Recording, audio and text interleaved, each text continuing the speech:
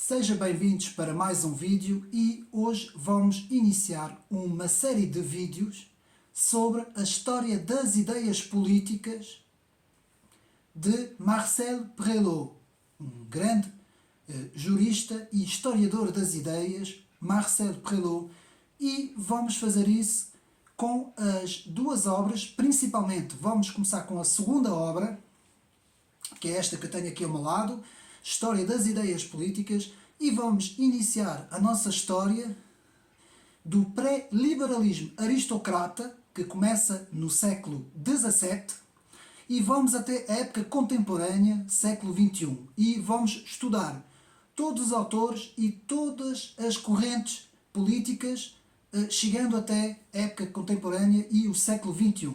Com isso, portanto, vamos falar em vários autores, e vamos fazer isso numa série de vídeos, não posso agora aqui dizer quantos vídeos vão ser, e vamos tentar fazer a história das ideias políticas, começando do século XVII, indo até ao século XXI. E, meus amigos, isto é importantíssimo, este pequeno curso que eu vou dar, esta pequena, digamos assim, este pequeno resumo de história, é importantíssimo para nós entendermos, portanto, a história das ideias. E porquê começar já no século XVII? Bom, meus amigos, a grande mudança acontece precisamente em 1670, 80, é que se dá a grande mudança entre toda a antiga visão, que era chamada a visão do antigo regime, dentro da história das ideias políticas, e a nova visão que vai até aos dias de hoje. Meus amigos, este estudo de Marcel Prelot, não é? Que é, como eu disse, um político francês, professor de Faculdade de Direito de Paris e grande especialista em Direito Constitucional e História das Ideias Políticas. Meus amigos, não se consegue perceber as coisas se nós não tivermos um entendimento da história das ideias. A história das ideias tem uma evolução, tem uma ordem cronológica e tem um desenvolvimento com vários autores. E é isso que nós vamos fazer. Vamos ver autores por autores e vamos fazendo isso com a introdução, hoje, o primeiro vídeo, em que vamos falar do pré-liberalismo, que começa no século XVII e vai mais ou menos até finais, digamos assim, princípios do século XVIII, digamos assim. Como eu disse, depois vamos ver o liberalismo clássico, que se desenvolve também no século XVII e século XVIII. Depois vamos ver a reação política e intelectual, em que vamos ver a Contra-Revolução. Eu tenho já um vídeo sobre isso, mas vamos ver aqui segundo os estudos de Marcel Prelot, que vai fazer praticamente o século XVII e o século XVIII. Depois vamos ter a Revolução Social, vamos ver tudo sobre os vários tipos de socialismos, de 1800 a 1900. Depois passamos para o Constitucionalismo Democrático, que vai de 1800 a 1900, e depois as correntes do século XXI e do século XX, finais do século XX e princípios do século XXI, que prefaz, portanto, toda essa época até aos dias de hoje. E, meus amigos, é importante nós entendermos a história das ideias, o desenvolvimento das correntes políticas e o envolvimento também dos autores, dos atores e dos autores das obras que nós vamos ver e a importância que tiveram na história das ideias. E, meus amigos, temos que começar com o século XVII, como eu disse, e antes de entrarmos nos pré-liberais aristocratas, portanto, antes da vinda do liberalismo e antes da vinda da Revolução Francesa, temos que falar aqui rapidamente de um pequeno marco que aconteceu, portanto, no século XVII, que Marcel Prelot fala assim muito de relance, digamos assim, com a obra de Paul Hazard, A Crise da Consciência Europeia, La Crise de la Conscience Européenne. Paul Hazard nos fala disso, Marcel Prelot nos fala da obra de Paul Hazard muito rapidamente, mas é importante percebermos uma questão que aconteceu no século XVII e que tem como nome a querela dos antigos e dos modernos, porque é a partir dessa questão que começa na literatura e na Academia Francesa que vamos ter a mudança, digamos assim, a mudança de paradigma da história das ideias, em que vamos ter todo o antigo regime e toda a visão antiga que vai ser posta digamos assim, de lado e vai começar uma nova visão. E então nós vamos começar com esta questão. Portanto, a questão dos antigos e dos modernos foi uma polémica intelectual e literária que começa na Academia Francesa e que agitou o mundo por essa altura. Todo o mundo literário e artístico foi agitado, indo até ao mundo político. Esta questão que teve o seu epicentro em 1687, e vamos ver porquê. Então, essa questão trata-se da superioridade ou não dos autores da Antiguidade Clássica perante o pensamento moderno. Porque é aqui, quando começa o pensamento moderno, que vai haver uma afirmação do pensamento moderno, do presente sobre o antigo, sobre aquilo que era chamado o antigo regime. E vamos ter então dois campos. Vamos ter o campo daqueles que vão defender os antigos e vamos ter o campo daqueles que defendem o moderno. E na questão dos antigos vamos ter seu principal defensor, que é Nicolas Boileau. Nasce em 1636 e morre em 1719. Depois vamos ter o bem conhecido escritor francês Jean Racine, que, portanto, nasce em 1639 e morre em 1699. Vamos ter Jean de La Fontaine, o bem conhecido autor Jean de La Fontaine, que escreveu as Fábulas de La Fontaine, que, portanto, nasce em 1621 e morre em 1695. Vamos ter o também bem conhecido Jean de La Bruyère, que marcou muito a política francesa, que nasce em 1645 e morre em 1696. E, por fim, o grande defensor da realeza divina, digamos assim, que é Jean-Jacques Bénigne Bossuet, que nasce em 1627 e morre em 1749. Portanto, os antigos vão ser estes, que vão defender a visão dos antigos, vão defender de que não se pode entender o presente, não se pode entender as obras do presente, não se pode estudar o pensamento presente sem, portanto, ter em conta tudo o que se fez no passado. Vão ser, então, os defensores dos antigos, ou aquilo que nós chamamos na nossa época os conservadores. E vamos ter, e ainda falta mais um, que é Fénelon, que vamos estudar também. O Fénelon, que é o pré-liberal aristocrata, que também vamos estudar já de seguida, que nasce em 1651 e 1715. Atenção, porque há dois Fénelons. Às vezes há muita confusão na história das ideias. Há o Fénelon do século XVIII, do início das ideias socialistas, e há este Fénelon que nada tem a ver, que é o Fénelon que era aristocrata e que ainda defendia a visão dos antigos. Por fim, vamos ter os defensores dos modernos, aqueles que dizem que, e vou explicar rapidamente, por exemplo, uma obra qualquer do presente é superior ao passado. Ou seja, por exemplo, eles dizem que um professor universitário daquela época, mais ou menos do século XVII, ali 1680, 80 e picos, era superior, por exemplo, a uma obra do próprio Aristóteles ou do Platão, ou seja, quem for. Ou do próprio Homero, e seja o que for. Porquê? Porque eles diziam que os que viviam no presente tinham a vantagem de conhecer o presente e também conhecer o passado, enquanto que os autores que viveram no passado só conheciam a época em que viveram, ou seja, o passado. E com isso, eles, digamos assim, diziam que o presente era sinónimo de progresso e aqueles que iriam viver no futuro seriam esses também superior aos do presente. E assim, de seguida, não é? Dentro do desenvolvimento da marcha das ideias. Então, dentro dos defensores dos modernos, temos o bem famoso Charles Perrault, 1628-1739, que vai fazer o seu discurso na Academia.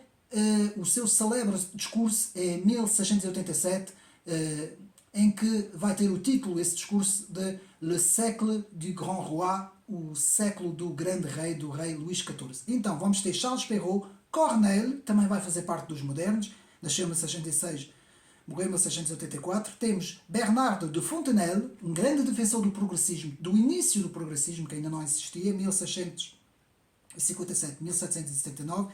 Temos Charles de Saint-Évremont, que nasce em 1615, morre em 1703, também ele defensor dos modernos. Depois Philippe Quinault, 1635 e 1688, todos eles vão defender, portanto, a superioridade do presente em relação ao passado. Então, meus amigos, eu não me vou deter mais sobre esta questão, apenas falar de um livro que eu já fiz a apresentação no meu canal, de Marc Fumaroli, A Questão dos Antigos e dos Modernos, infelizmente edição apenas em francês, que é um calhamaço assim deste tamanho, quase 1000 páginas, e retrata toda a questão dos antigos e dos modernos. quero apenas aqui falar do famoso discurso de Charles Perrault, um discurso que foi feito portanto, foi feito para o rei Luís XIV, defendendo, defendendo a superioridade dos modernos. Portanto, Charles Perrault, que faz o seu discurso em 1687 e que vai fazer um elogio da política do rei absoluto, do rei Sol, do rei Luís XIV, e que vai dizer a incomensurável superioridade dos modernos em relação aos antigos.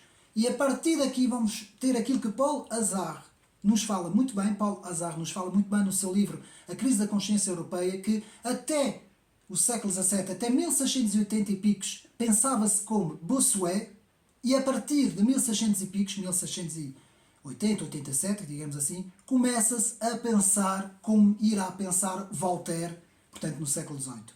Então temos aqui uma diferença grande, e isto, meus amigos, na história das ideias políticas, vai dividir a Europa em dois campos, em dois grandes campos. A Europa dos antigos, os conservadores, e a Europa dos modernos, dos progressistas. Meus amigos, aqui a questão dos antigos não é que sejam, não tem sinónimo de antiguidade ou serem ou defender, digamos assim, o que já passou de moda, o que é antiquado. Não, aqui não estamos não estamos a falar sobre isso. Aqui estamos a fazer que a visão dos antigos é uma visão que dá muito valor, digamos assim, às vozes do passado, à tradição, à experiência daqueles que viveram antes de nós. Todas essas questões os antigos vão defender. Vão dizer que uma obra antiga deve ser estudada, deve ser compreendida no seu contexto, mas depois tem que ser valorizada e tem que se retirar o que é de bom, o que há de melhor, para nos ajudar a construir o presente. E assim vai ser a visão dos antigos. Enquanto que os modernos não, querem fazer tábua rasa, um pouco aquilo que a esquerda e a extrema-esquerda hoje querem, que é destruir tudo o que há atrás e começar tudo de novo. Essa questão vai ser a batalha central da história das ideias. Digamos assim, valorizar o passado para construir o presente ou começar tudo de novo. E isto vai criar de um lado, aqueles que vão manter a tradição e os que vão fazer a revolução. Vai ser estas duas forças que vão entrar em choque ao longo de todo o século, digamos assim, 17, 18, 19, 20 e até hoje, e cada vez mais, não é? Vemos isso, vemos estas duas grandes visões que já tinha tido um confronto na filosofia antiga, na filosofia da Grécia Antiga, com o bem conhecido confronto entre Heráclides e Parmenides, não é? Heráclides, que era aquele que dizia que tudo se movia, que tudo era relativo, que não se podia banhar duas vezes no mesmo rio. Quando se punha o pé no rio, a seguir, quando se avançava, já eram outras as águas que passavam, não é? Enquanto que Parmenides vai dizer que o rio podia se mover, mas que o rio continuava o mesmo, não é? Então esta batalha entre o antigo e o moderno vai ser a grande batalha que vai culminar hoje naqueles conservadores que defendem a nação, que defendem o patriotismo, que defendem a tradição cristã, que defendem as tradições, que defendem a manutenção das ordens antigas para compreender as novas ordens, e depois vamos ter aqueles que defendem a modernidade, ou seja, neste caso o pós-modernismo liberal, vão ser aqueles que defendem o progressismo, vão ser aqueles que querem fazer tudo de novo, que querem construir um novo homem, reconstruir a nova humanidade, e todas essas ideias vão ser, digamos assim, transportadas para aquilo que nós hoje no século XXI chamamos os defensores dos progressistas, wokistas, do grande reset, a grande finança que defende essas ideias de começar um mundo do novo e de apagar tudo o que aconteceu para trás.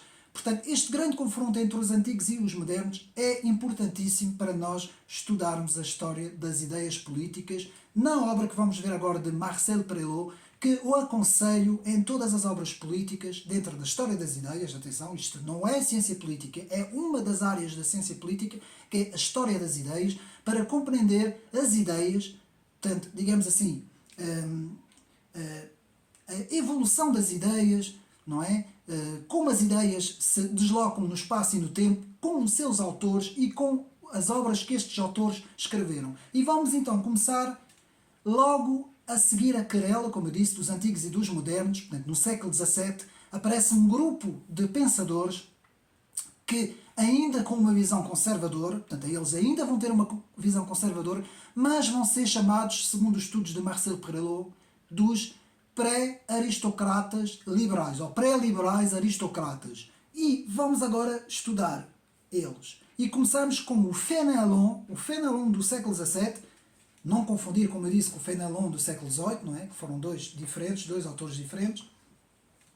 E começamos com Fénelon, que nasce em 1651 e morre em 1715. De que Paul Hazard, na Crise da Consciência Europeia, nos fala muito na sua obra. E o Fénelon vai então falar sobre a questão dos aristocratas e a questão de um liberalismo inicial, não é? Pré-liberalismo, digamos assim.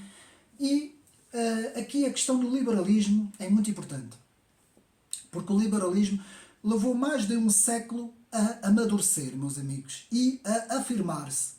E as primeiras manifestações datam, como eu disse, de 1687, com a questão dos antigos e dos modernos, isto muito bem retratado no século de Luís XIV, o grande século de Luís XIV, mas já tinha vindo lá atrás no Renascimento e a continuação da busca pelo intelecto do progresso, que vai ter o seu apogeu no século XVIII. Portanto, a busca da felicidade era uma ideia nova na Europa do século XVII.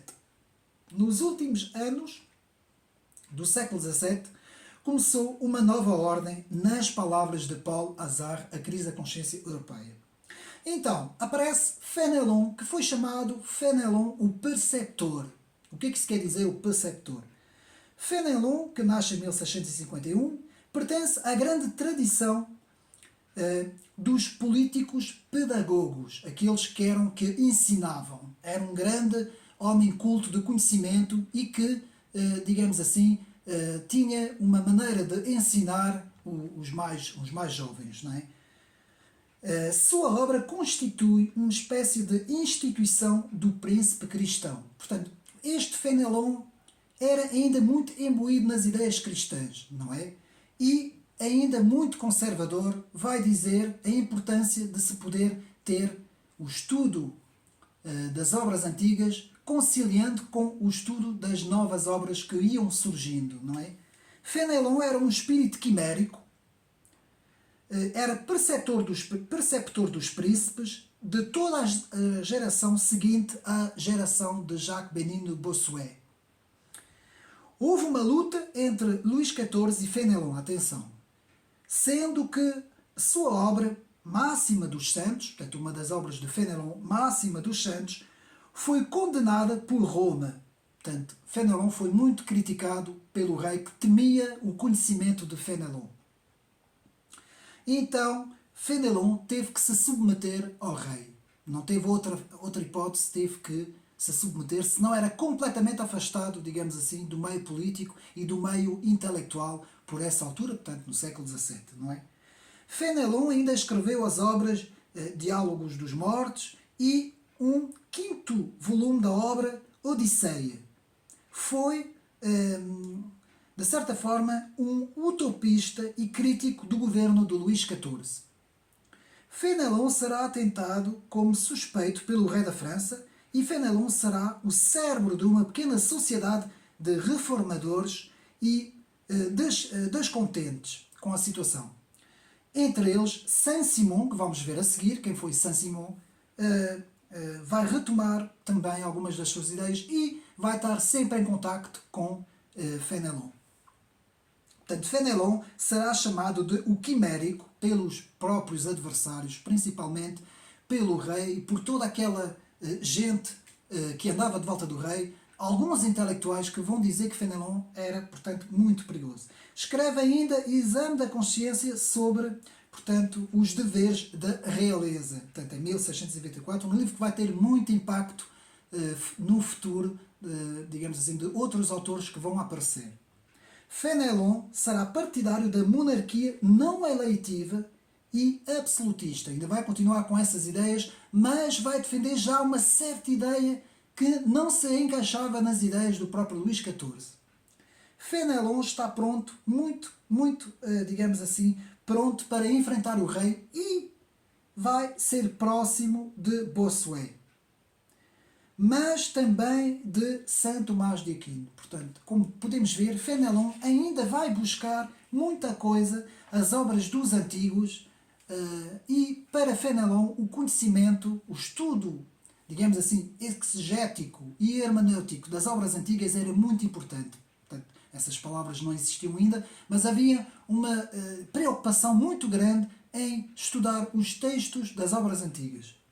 Então, escrever ainda a obra, portanto, ainda escreveu a obra de As Aventuras de Telemaco, também uma obra que foi muito conhecida por Fénelon, não é? E Fénelon foi também um reformador nas suas cartas. Cartas sobre as ocupações da Academia Francesa, em 1713, e observa que mudanças devem ser observadas de perto. Vejam bem, as mudanças devem ser observadas de perto. Em O Exame da Consciência, obra importantíssima de Fénelon, Fénelon defende que os reis devem ser honestos, íntegros e cumpridores da sua missão. Fénelon ajusta ainda o seu olhar para o passado e propõe-se, digamos assim, moderar o presente e principalmente as ideias do chamado despotismo. Defende que a monarquia temperada e equilibrada cria as tradições, não é? Segundo Fénelon. Mas Fénelon também era muito apreciador das ideias novas, atenção, por isso ele não era considerado um tradicionalista. Fénelon está, como eu disse, incluído nos pré-liberais aristocratas, porque Fénelon vai defender já uma certa forma de pré-liberalismo. E é por isso que Marcel Prelot, no seu livro, não é, põe Fénelon nos chamados pré-liberais aristocratas. Portanto, a ideia de Fénelon é refazer uma aristocracia viva e útil, com posições ao Estado e que apoia, digamos assim, o trono, mantendo independente do rei. Portanto, já há aqui umas ideias novas que na altura eram assim um pouco, não é? Eram um pouco extravagantes, digamos assim, não é? Entanto, no sistema de Fénelon não há substituição de uma ideologia por outra. Por exemplo, como será mais tarde, no século XVIII, na Revolução Francesa. Mas a manutenção das bases monárquicas tradicionais com ideias novas. Há um género de temperamento entre o antigo e o moderno. Não é? Fénelon tentou fazer ali um equilíbrio entre as ideias dos antigos e as ideias dos modernos. E agora vamos passar para um outro autor também incluído nas ideias dos pré-liberais aristocratas, que é Saint-Simon. Portanto, que nasce em 1675 e morre em 1755. Quem foi Saint-Simon? Luís de Rouveroy, Duque de Saint-Simon, portanto, que nasce em 1675 e que vai ser considerado um memorialista genial, mas maldoso, porque Saint-Simon, este Saint-Simon do século XVII, tinha muito mau feitio, meus amigos, e vamos ver porquê. Portanto, Luís de Rouveroy, Duque de Saint-Simon, era enfesado e colérico, bem como vaidoso. Escreveu suas memórias, portanto as memórias que é uma obra importantíssima de Saint-Simon, ainda hoje muito lidas. Esta obra descreve Versailles, o Château de Versailles, o Castelo de Versailles, durante a agonia do grande Delfim. Saint-Simon apoia-se na história e inspirou-se nos, portanto, ensaios históricos do Abade de Laboureur. O Abade de Laboureur vai ser muito importante para as ideias de Saint-Simon. Portanto, Saint-Simon tem nos projetos do governo, redigidos por Saint-Simon, de 1715, direitos dos nobres. Saint-Simon pensa no povo e nele está esta frase muito conhecida. Numa palavra, coisas chegam a tal ponto que já só deixam, portanto, sem serem permitidas, porque na nação, e a própria nação, é pensar só e exclusivamente em função dela. Então vamos ter aqui uma primeira introdução do conceito de nação, uma preocupação muito grande para este pré-liberal aristocrata, Saint-Simon, que vai dizer que a nação é muito importante. E isto vai ser retomado depois, digamos assim, no século XVIII, principalmente no século da Revolução, em que vamos ver a importância da nação, mesmo fazendo a comparação com as ideias alemãs do discurso de Fichte, não é? E a importância da nação. Então, este Saint-Simon e Duque não é, nem pode ser, se confundir com, lá está, o Conde de Saint-Simon, o socialista do século XVIII. Porque havia autores, meus amigos, e nós vamos ver isso ao longo deste pequeno curso, havia autores que tinham os mesmos nomes. Era muito comum naquela altura, por exemplo, Fénelon houve mais do que um, Saint-Simon houve mais do que um, e muitas vezes faz-se esta pequena confusão que nós aqui vamos tentar, digamos assim, emendar, digamos assim, vamos explicando quem são uns e quem são outros, não é?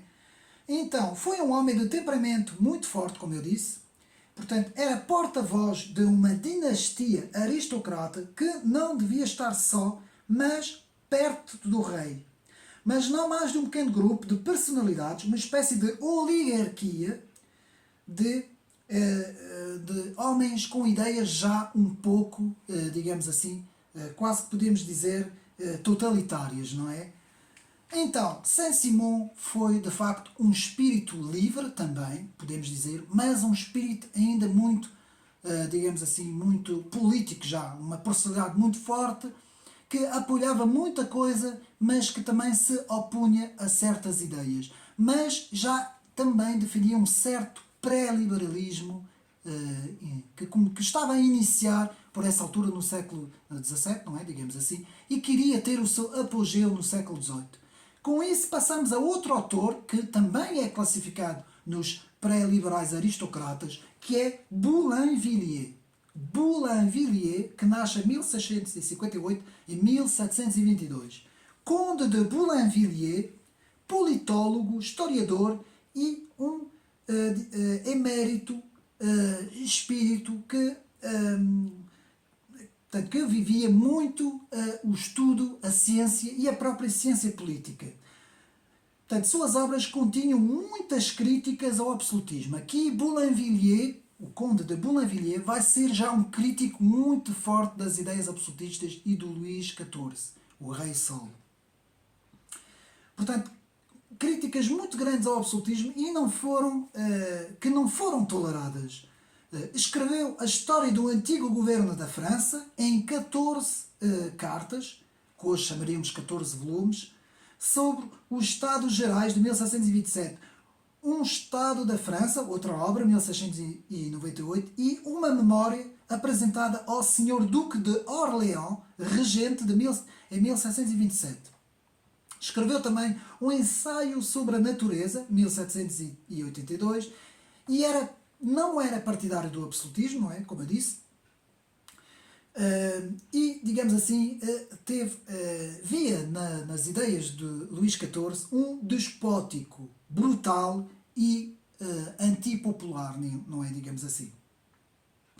É sobretudo contra Bossuet que se vai opor Boulainvilliers. Como vemos aqui, estes pré-liberais aristocratas já estavam a criar um fosso entre o antigo regime, entre os defensores do absolutismo, entre os defensores do direito divino, como Jean Benigues Bossuet, entre toda aquela visão que havia, já estavam aqui a marcar uma certa diferença. E não esquecendo que no século XVII aparece também o chamado espírito geométrico, o chamado espírito geométrico na filosofia, que vem dos estudos de Descartes. Ele não queria que se chamasse assim, não é? Mas ficou conhecido e que começou também a influenciar as nascentes lojas maçónicas, principalmente em Inglaterra, não é? E depois em França. Portanto, esse espírito geométrico que enfatizava o papel da razão, mas também enfatizava o papel da ruptura com as tradições. Muito importante, porque isto vai ter uma grande influência em todos os autores, portanto, do século XVII para cima, meus amigos. Então, Boulainvilliers era como Othman, um utopista do passado. Vai fazer um elogio das cartas de Carlos Magno e do grande ensino de Carlos Magno, grande ensino reformador do ensino de Carlos Magno, não é? Que o vai chamar o Grande, por ter feito essa reforma no ensino, como sabemos, não é? No século IX, não é? Carlos Magno, o grande Carlos Magno que governou e que foi coroado em 1800, desculpa, depois de Cristo, e que fez ali uma reforma muito grande na Europa. Então, Boulainvilliers vai muitos séculos atrás buscar as ideias do século IX de Carlos Magno, não é? Então, Boulainvilliers reduziu a autoridade real e mantém uma conduta firme. Uma parte do conjunto do povo, um pouco partidário do despotismo esclarecido, seria também um pouco a imagem dos contra-revolucionários, não é? Que ele vai ser muito semelhante aos contra-revolucionários e crítico da liberdade abstrata da Revolução Francesa. Ou seja, aqui há uma grande mistura de ideias. E por isso é que nós temos que, além de estudar a história das ideias, compreender que as ideias às vezes estão entrelaçadas umas às outras, umas vezes são contra, umas vezes são a favor. Neste caso, o que é que acontece? Há já um abandono de certas ideias tradicionais do antigo regime absolutista, mas há umas novas ideias como um despotismo esclarecido, que depois o nosso Marquês de Pombal no século XVIII vai abraçar. Há umas certas ideias de manter umas coisas antigas, pondo umas coisas novas, e Boulainvilliers, pré-liberal aristocrata, vai fazer parte desses pensadores, não é? Então, ele vai também ser o precursor do sistema da segurança social, atenção, muito importante, e de uma comunidade geral de comércio, uma espécie de sindicato geral comerciante antes do tempo. Portanto, Boulainvilliers também um importante pré-liberal aristocrata. E vamos ver como isso é importante para a evolução das ideias.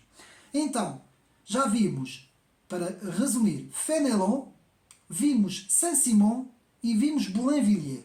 Portanto, a reter, quem quiser tirar apontamentos, esses três nomes são os chamados pré-liberais aristocratas, nos estudos de Marcel Prelot. Vou tentar aqui falar devagar, simples, de forma a podermos fazer anotações e compreender corretamente a história das ideias. Agora vamos ter os chamados tradicionais e os chamados liberais. Sempre, meus amigos, nos finais do século XVII, 1600 e picos, depois da querela dos antigos e dos modernos, e no início do século XVIII, portanto 1700 até 1740, 30, 40. Então, vamos ter os tradicionalistas. Quem eram os tradicionalistas? Os tradicionalistas vão criticar a monarquia do Estado absoluto, portanto já há uma crítica em relação ao antigo regime, por suprimir os elementos intermédios da tradição aristocrática. Porque, atenção, os absolutistas, e é isso que nós temos que ver, o século de Louis XIV, Louis le Grand, Luís XIV, Luís o Grande, não eram partidários da tradição, como muita gente pensa. Não eram partidários de muitas ideias que a Igreja Católica nessa altura tinha. Não eram absolutistas. Eram o rei é que mandava, todo o resto tinha que obedecer. Não havia presente, não havia passado, não havia tradições, não havia nada. Era o rei. O rei era chamado um pouco a imagem dos faraós, das grandes dinastias faraónicas, não é, do passado, não é? Então, porquê que os tradicionalistas vão criticar a monarquia do Estado absoluto? Porquê? Porque vão dar ênfase nas tradições. Portanto, é preciso, em acordo com os pré-liberais aristocratas, fazer regressar, reparem bem, eu vou repetir essa frase para nós compreendermos, é preciso, em acordo com os pré-liberais aristocratas, ou seja, os tradicionalistas, tinham as mesmas ideias que os pré-liberais aristocratas. Portanto, fazer regressar a monarquia à sua forma antiga, assegurando o regresso à antiga liberdade do povo. Está a ver? Havia aqui uma ideia muito tradicionalista, muito defensora do povo. E, meus amigos, esta ideia que nós aprendemos nas academias e nas escolas de que a defesa do povo e das ideias dos povos, digamos assim, na Europa, começa com as ideias das luzes e a Revolução Francesa, isso é mentira, meus amigos. Isto é pura mentira, porque tudo isso já existia nos tradicionalistas e foi retomado pelos contra-revolucionários, ao contrário daquilo que muita gente pensa. Então, são eles os... vai haver vários grupos desses tradicionalistas. E mais uma coisa interessante é que vai haver alguns protestantes nessa altura, não é? Que já vêm do século XVI, não é? Já um protestantismo já mais avançado. E essas ideias vão estar bem presentes em Jurieu e também em Michel Lavasseur, e que vão ser sobretudo nos escritos de Bèze, com E, Bèze, Z-E, em Os Pequenos Reis, que vai escrever esse pequeno opúsculo, Os Pequenos Reis, e os escritos de Althusius. Althusius, que também vai ter uns escritos, Éforos, que vão também, e todos esses escritos vão fazer uma defesa de certas ideias tradicionais com as Sagradas Escrituras dos protestantes, a volta às Escrituras Sagradas, e que vão se opor às ideias absolutistas, mas também vão já, digamos assim, abraçar certas ideias pré-liberais, porque nós ainda não estávamos no liberalismo. Então vamos ter os primeiros liberais, portanto, uma outra orientação mais radical que põe em causa os próprios fundamentos do sistema monárquico. Com inspiração na Holanda, curiosidade, o pré-liberalismo, quando passa para a sua fase liberal, tem algumas ideias que começam na Holanda, e sobretudo do pastor Jurieu, que já vimos nos tradicionalistas, e de todas as suas ideias anglo-holandesas protestantes. Então, a origem do liberalismo está nas ideias holandesas, anglo-holandesas, digamos assim, protestantes, que vão ser os agentes de transmissão daquilo que se passava em França. Portanto, vai haver nestes protestantes da Holanda e da Inglaterra ideias que vão influenciar a França e a história das ideias. Como podemos ver, meus amigos, que é isso que eu às vezes tento explicar, principalmente para aquelas pessoas que põem tudo numa caixa. Aqueles que eu chamo os que fazem tudo, que pensam apenas numa linha, não é? Isso é um erro, porque dentro das correntes de pensamento nunca há uma linha certa. Há muitas influências, há muitos entrelaçamentos, como eu costumo dizer, de ideias, e as coisas nunca são tão lineares, não é? Como nós podemos pensar. E muitas vezes temos que perceber que na história das ideias, é justamente por isso que se chama História das Ideias, há muitas ideias que às vezes em determinada época se misturam, digamos assim, não é? Então, agora sim, vamos ter o nascimento do liberalismo. E hoje vamos até Montesquieu. Portanto, hoje não vamos dar ainda Jean-Jacques Rousseau, vamos até Montesquieu, e o próximo vídeo, que será o vídeo 2 da História das Ideias, vamos então iniciar de Jean-Jacques Rousseau e vamos ver até onde eu poderei ir. Eu vou tentar fazer isto, digamos assim, com o mínimo de vídeos possíveis, para depois na playlist pôr todos esses vídeos como completos, não é? Digamos assim, para termos, portanto, a História das Ideias na sua forma simplificada. Há muita coisa que eu aqui não vou poder falar também, que é natural. Eu vou seguir o plano da obra de Marcel Prilot e vou tentar simplificar o máximo possível, porque o objetivo aqui é termos as bases principais e entendermos o principal, não é? Digamos assim. Então, vamos agora ver o nascimento do liberalismo. Portanto, muita atenção com a Revolução Inglesa de 1688,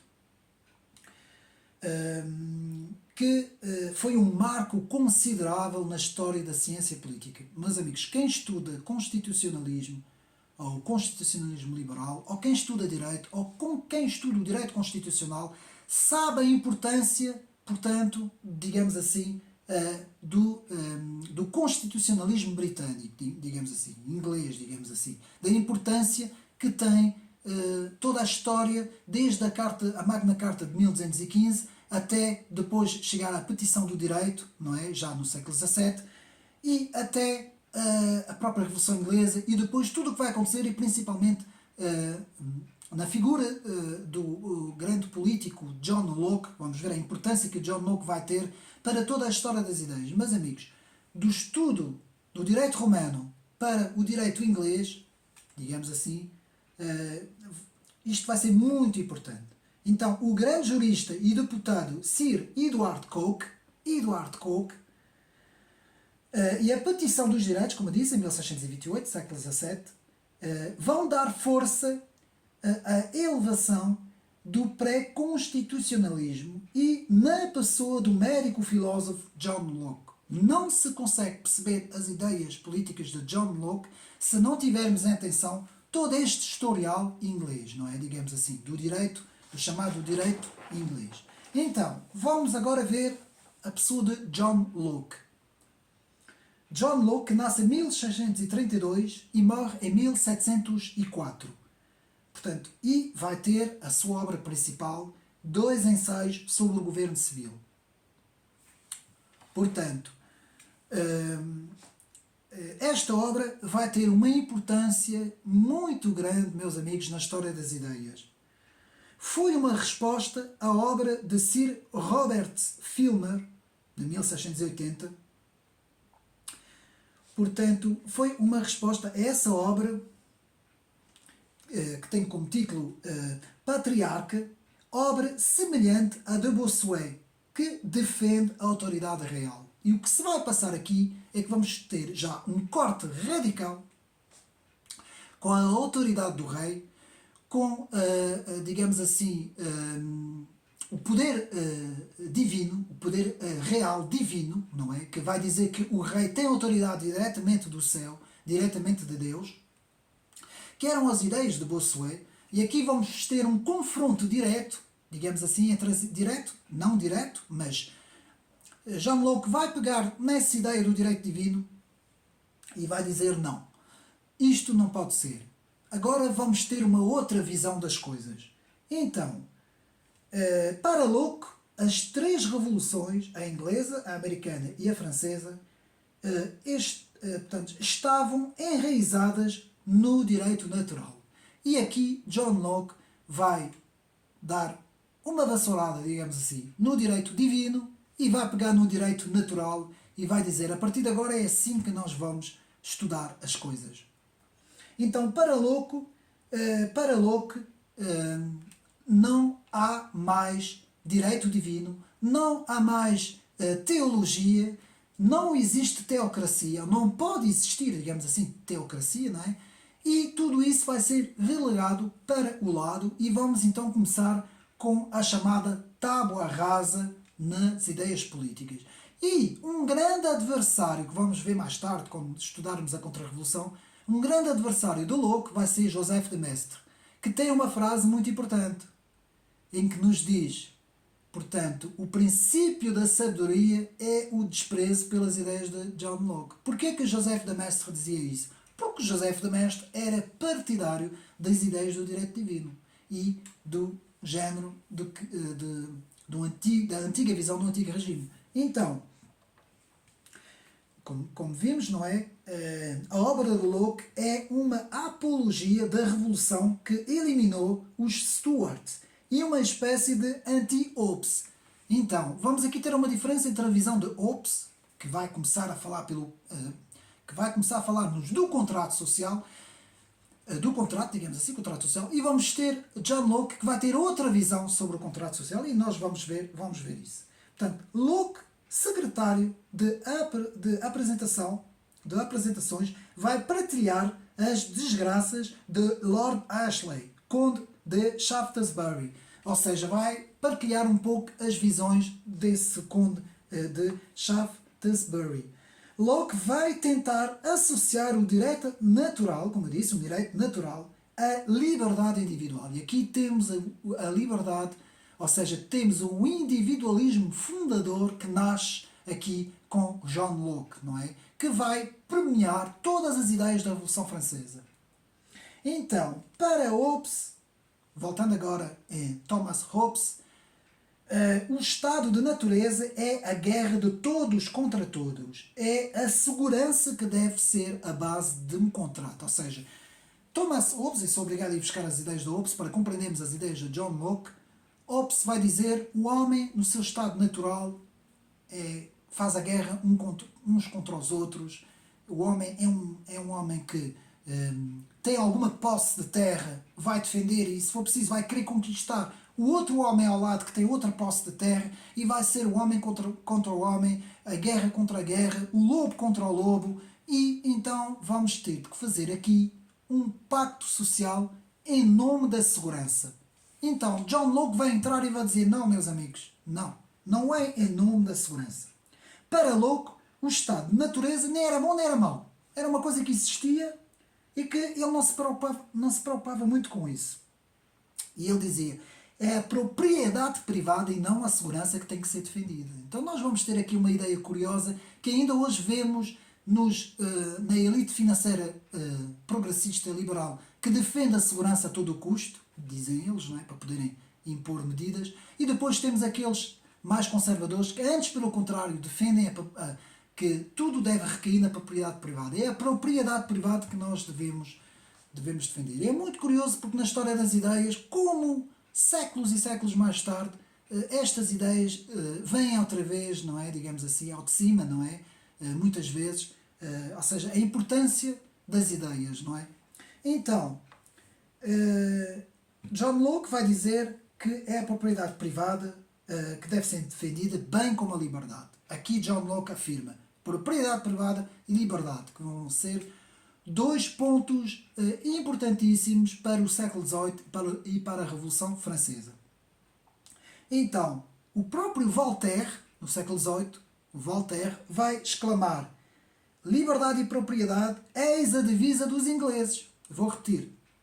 Voltaire exclama: liberdade e propriedade, eis a divisa dos ingleses. E por isso é que, em termos de ciência política e em termos das ideias constitucionalistas, a Inglaterra vai ter um importante papel na história das ideias. Então, é John Locke que começa o individualismo fundador, como eu disse, que vai influenciar toda a Revolução Americana e toda a Revolução Francesa. A fim de evitar os inconvenientes do estado de natureza e a participação e a perturbação, da propriedade dos homens, os homens vão então juntar-se e constituir uma sociedade destinada a proteger os seus bens, um género de um pacto social. É criado o pacto social, concepção do poder do povo político, que resulta num acto ao contrato social e das abdicações individuais de fazer justiça por suas próprias mãos. Então, o Estado é uma sociedade de responsabilidade limitada, dirá depois, mais tarde, Arnold G. Lasky sobre Locke. Meus amigos, tudo o que eu estou aqui a falar está no livro, portanto, são apontamentos que retirei do livro de Marcel Perelot. Portanto, será a sociedade de participação limitada de Locke que vai ter ênfase. Locke será o pai do liberalismo. Então, Locke é chamado o pai do liberalismo. Não o fundador mesmo do liberalismo, que vamos ver no segundo vídeo, que será Benjamin Constant.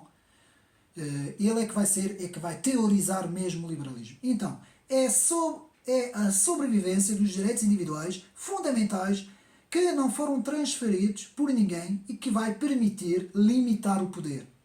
A Revolução Americana é a perfeita transposição da demonstração de Locke. Um novo governo civil baseado no pacto é fundado pela Declaração da Independência de 1776. Nós podemos ver a importância da Declaração da Independência Americana de 1776. Portanto, é da qual Jean-Jacques Chevalier, outro grande historiador da história das ideias, disse que cada frase não era mais do que Locke plagiado. Ou seja, a Declaração da Independência de 1776 não era mais do que todas as frases de Locke plagiado e escrito numa declaração. Portanto, na base da teoria da liberdade institucional, encontramos na obra de John Locke o esboço da monarquia limitada, do regime parlamentar e do regime presidencial americano. Quer dizer, dos grandes regimes políticos contemporâneos. Então também podemos, em termos de história das ideias políticas, dizer que John Locke está na origem, na base de todas as grandes correntes de pensamento contemporâneo. Portanto, a importância do constitucionalismo inglês. Atenção, meus amigos. A primeira salvaguarda importante, portanto, vamos ver, a primeira salvaguarda importante em John Locke é a separação dos poderes. Mas atenção, esta separação dos poderes não está ainda na forma completa. E vamos ver porquê. Que na Antiguidade já havia ter sido esboçada de forma rudimentar por Aristóteles. Porque o filósofo Aristóteles já tinha falado assim por alto, de uma forma rudimentar, digamos assim, na teoria da separação dos poderes. Não tão bem como Locke e principalmente, como vamos ver a seguir, no Barão de Montesquieu. Porque foi Montesquieu que, digamos assim, teorizou e finalizou, digamos assim, a separação dos poderes, não é? A teoria da separação tripartida dos poderes. Então, Em Locke, o poder se divide em três categorias. Vamos agora ver a teoria da separação dos poderes. Temos o poder legislativo, a legislação. Temos o poder executivo, junto com o poder judiciário, com o poder da justiça, não é judicial, esses dois poderes juntos. E depois temos um terceiro poder, que é o poder federativo, ou seja, o poder das relações, digamos assim, com outros poderes externos, não é? Aquilo que vamos ter, aquilo que se vai falar nas relações internacionais, não é? Quando se estuda, portanto, digamos assim, relações internacionais. Então vamos ter legislação, execução e federação, ou poder legislativo, executivo e federal, que vão ser as primeiras bases, as primeiras ideias da separação do poder em John Locke. Então aí a importância das ideias de John Locke. Diferentemente de Montesquieu, a terceira categoria, como disse, a federação, o poder de regular o direito internacional e não o poder judicial. Será a grande diferença, vamos ver à frente. Então isso vai ser chamado, ou será chamado, a separação do poder dentro da ciência política. Então Locke acaba de criar o liberalismo político com a sua organização do poder político. Mas as ideias de Locke não são inteiramente explícitas. Como eu disse, outro gênio vai entrar na história, ou vai entrar para a história. E a sua influência vai ser totalizante. Será um dos maiores pensadores políticos. Seu nome é Montesquieu. Portanto, as obras principais que podemos ver, a obra principal para estudar de John Locke é Dois Tratados do Governo Civil, 1691, em português, Ensaio sobre a verdadeira origem, extensão e fins do Governo Civil, editado em 1833. Agora vamos sim passar para Montesquieu. Quem é Montesquieu? Charles de Secondat, Barão de Montesquieu. Ou seja, Charles de Secondat, em francês, Baron de Montesquieu, que é em francês, que nasce em 1689 e morre em 1755. A sua obra, O Espírito das Leis, escrita em 1748, eu aconselho a compra. Meus amigos, vocês podem ir à livraria, por exemplo, a livraria Almedina, ou até podem encontrar noutras livrarias, e têm lá a obra, na tradução, não sei se é para Calouste Convent, qual é a tradução da obra, O Espírito das Leis, L'Esprit des Lois, que é importantíssimo ler esse livro, meus amigos. Dentro de quem estuda a história das ideias políticas e em ciência política, portanto, é importantíssimo a leitura desta obra. Portanto, Montesquieu começa por ser um discípulo de Locke, um discípulo de John Locke, mas é também o sucessor do tradicionalismo aristocrata, a que vai uma parte integrante das suas ideias. Portanto, atenção, porque Charles de Secondat, Baron de Montesquieu, era aristocrata, assim como Alexis de Tocqueville, vamos ver mais para a frente. Montesquieu é o mais temível adversário do absolutismo. Aqui já temos claramente uma oposição clara entre o absolutismo, que depois vai dar origem aos contra-revolucionários, e, portanto, as ideias já do liberalismo. Aqui já não estamos no pré-liberalismo, já estamos no liberalismo. Então, a tripartição do poder de Charles de Montesquieu vai ser o seguinte. Primeiro, poder legislativo. Segundo, poder executivo. E terceiro, sim, temos o poder judicial. Montesquieu vai dizer que o poder federativo vai ser incluído tanto no legislativo e no executivo. Não é? No legislativo, em termos de legislação, depois no executivo, em termos de execução, não é? E depois também em termos do poder judicial, também nas próprias leis judiciais. Não é? Então, Montesquieu será um bom viajante, vai viajar por todo o lado da Europa, meus amigos. Magistrado e escritor. Sua primeira obra, Carta Persas, de que Joseph de Maistre vai ter aqui uma grande frase desta obra, que depois vamos ver qual é, não é? Que não conhece a humanidade, mas sim apenas os homens que são ingleses, franceses, alemães e até persas.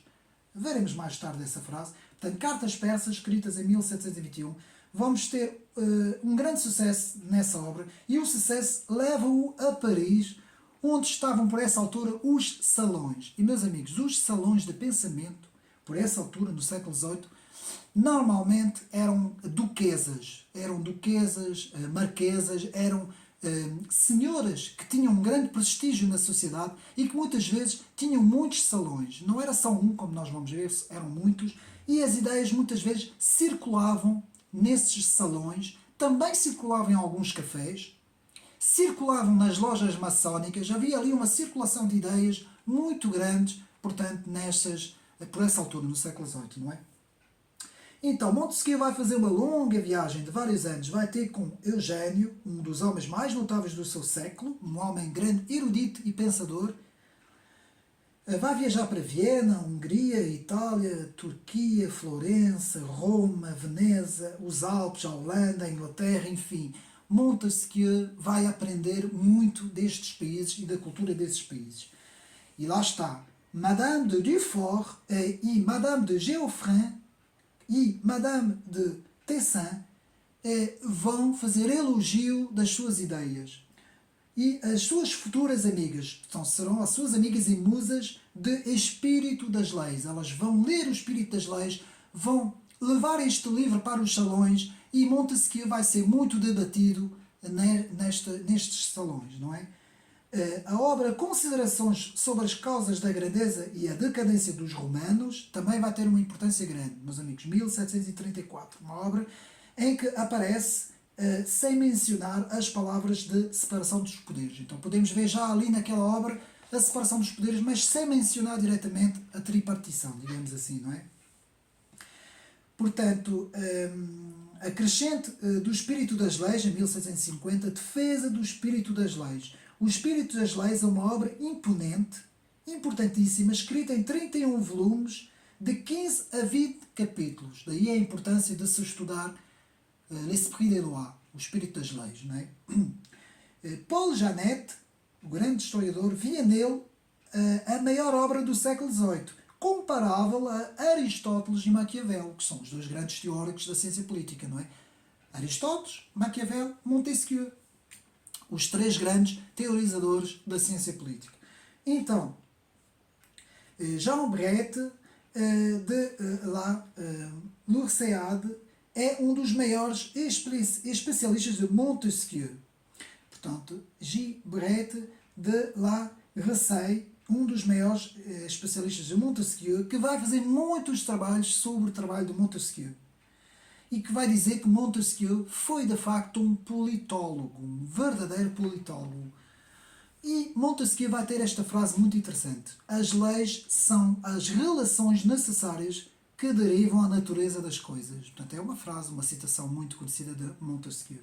O espírito das leis é a política de Aristóteles do século XVIII, segundo Jean-Jacques Chevalier. Vejam bem a importância das ideias de Montesquieu.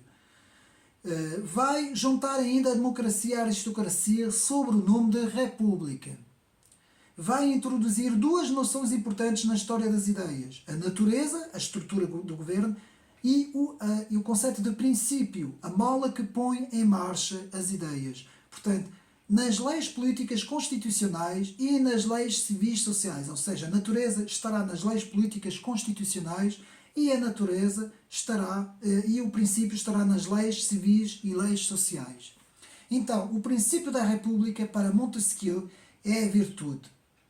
As leis devem manter a igualdade e também manter a pureza dos costumes. Montesquieu vai defender ainda o princípio do regime republicano de cariz aristocrata. Montesquieu vai analisar as repúblicas, as monarquias.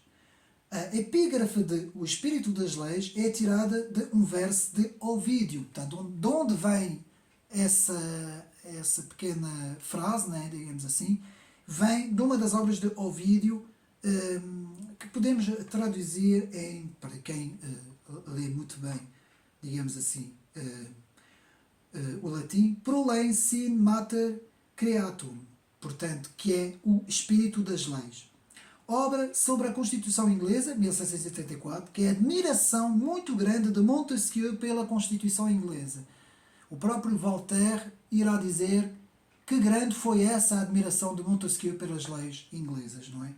Montesquieu descobriu a separação dos poderes ao observar a Constituição Inglesa. Então, podemos dizer que a criação digamos assim, da separação dos poderes foi ao ver, portanto, o constitucionalismo inglês que Montesquieu vai ter esta sublime ideia do poder executivo, do poder legislativo, executivo e judicial. Então, o próprio Montesquieu dizia: serei mais lido do que compreendido. Outra citação muito conhecida de Montesquieu: serei mais lido do que compreendido. Então, a própria liberdade pareceu insuportável aos povos que não estavam habituados a tê-la. Por vezes, o ar puro é prejudicial aos que vivem em países com esta situação, não é? Dizia Montesquieu. Portanto, o livro Espírito das Leis torna-se moda e vão ser feitas pelo menos 22 edições. Como eu disse, a importância dos salões e da sua divulgação nessa altura, portanto, no meio intelectual francês e também na Europa, atenção. Abre caminho à monarquia aristocrata liberal pela existência de corpos intermédios, que serão chamados mais tarde os corpos da sociedade civil, e pela separação do poder, nasce assim a monarquia limitada e parlamentar. E é aqui que nós vamos ter pela primeira vez as ideias de check and balance. O que é que significa? Freios e contrapesos, não é? Muito importante, portanto, nas ideias de Montesquieu. Então, depois vamos ter, já acabamos de ver, portanto, vimos o John Locke, vimos Montesquieu, e agora vamos ver os monarquistas. Muito rapidamente, os monarquistas aparecem com Jean-Louis de Lome, com a obra Constituição da Inglaterra e o Estado do Governo Inglês, comparando com a forma republicana e com as outras monarquias da Europa, de 1741 a 1806. Depois vamos ter Joseph Mounier, com a sua obra Considerações sobre os governos e principalmente sobre o que convém à França, ou seja, em francês, Considération sur les gouvernements et principalement sur celui qui convient à la France, 1789. Depois vamos ter o grande Mirabeau, com a sua obra Adresse au Batave sur Saint-Altoudera, portanto, que é uma obra também importante de Mirabeau sobre esta época, não é? Esta fase, em que eles vão ser chamados os monarquistas liberais. São chamados os monarquistas liberais. E, meus amigos, próximo vídeo vamos começar com as ideias de Jean-Jacques Rousseau, que eu vou fazer rapidamente, porque temos um vídeo, eu tenho um vídeo no canal mesmo sobre a obra principal de Jean-Jacques Rousseau, e depois vamos continuar pelo liberalismo clássico e vamos praticamente até, portanto, vamos ver todo o desenvolvimento do liberalismo clássico e um bocadinho o desenvolvimento do liberalismo. Depois, no terceiro vídeo, vamos entrar na reação política e intelectual, a contra-revolução. Depois vamos ver alguns tópicos da reação contrária, não é? Algumas correntes políticas e filosóficas. Depois vamos ter a introdução ao social, a revolução social e toda a história dos vários socialismos, inclusive o marxismo. Depois vamos ter, para ir no sexto vídeo, o constitucionalismo democrático. Vamos ver o que é, as várias correntes de pensamento. E, por fim, as correntes do século XX e XXI, com vários tipos de correntes, não é? O novo nacionalismo, a tecnocracia, a democracia parlamentar, os chamados democratas cristãos. Vamos ver um pouco todas essas correntes, o novo conservadorismo, o paleoconservadorismo, tudo isso vamos ver nos últimos vídeos, não é? Quando chegarmos ao século XX e ao século XXI. Meus amigos, espero que tenham gostado deste vídeo, deste primeiro vídeo, o pré-liberalismo e a introdução do liberalismo, dentro da história das ideias, sempre baseado no livro que eu tenho aqui, portanto, no livro de Marcel Prelot, não é? O grande livro de Marcel Prelot, em 2 tomos. Aqui é o segundo tomo. Portanto, o primeiro tomo são as ideias pré-clássicas e as ideias políticas em toda a Idade Média, depois até ao Renascimento, até ao século XVII. E o segundo tomo é aquele que nós estamos a fazer do século XVII até ao século XXI. E eu estou a fazer o segundo tomo porque eu acho que é o mais importante para nós estudarmos a história das ideias. Porque senão íamos levar muito tempo a estudar a história das ideias clássicas, pré-clássicas, clássicas, da Idade Média e do Renascimento. Isso iria nos consumir muito tempo, muitos vídeos e os meus amigos, poderia para muita gente ser um bocadinho enfadonho, digamos assim, tanta matéria, porque o importante é as ideias a partir do século XVII até hoje. São a base para nós entendermos os fenómenos políticos no espaço e no tempo e entendermos a história das ideias e as correntes de pensamento. Espero que tenham gostado mais este vídeo. Um abraço e o canal Ocidente Neri vai continuando a fazer as suas apresentações dos livros ao mesmo tempo, não é que eu estou a fazer este trabalho, eu vou apresentar livros individuais, não é? Não tem nada a ver com este trabalho aqui, portanto, e vamos continuar também com o nosso trabalho que estamos a fazer com o Instituto Trazeno e as entrevistas a várias personalidades do Instituto Trazeno, também uma rúbrica que eu penso ser importantíssimo porque vamos comentar vários temas da atualidade para os nossos amigos aqui do YouTube. Portanto, é um trabalho que eu estou aqui a fazer e agradeço a todos os meus amigos. Inscrevam-se no canal, ponham likes para os vídeos serem mais divulgados. Meus amigos, há pouca divulgação porque isto é um canal de livros. Muita gente não tem paciência, não é? Não tem, digamos assim, às vezes até não tem, digamos assim, intelectualidade, digamos assim, ou paciência para essas coisas, mas é importante porque em Portugal os conservadores, a direita conservadora, precisa de uma intelectualidade formada, precisa também de uma frente de combate intelectual para que comece a surgir mais círculos de pensamento, mais think tanks, mais, digamos assim, youtubers no YouTube também a falar um pouco sobre as ideias, sobre as correntes, sobre o pensamento e não só comentar a atualidade, porque neste momento os poucos que temos é o que fazem, mas sim também falarmos um pouco das ideias também, no plano das ideias. Então, meus amigos, um abraço e até uma próxima.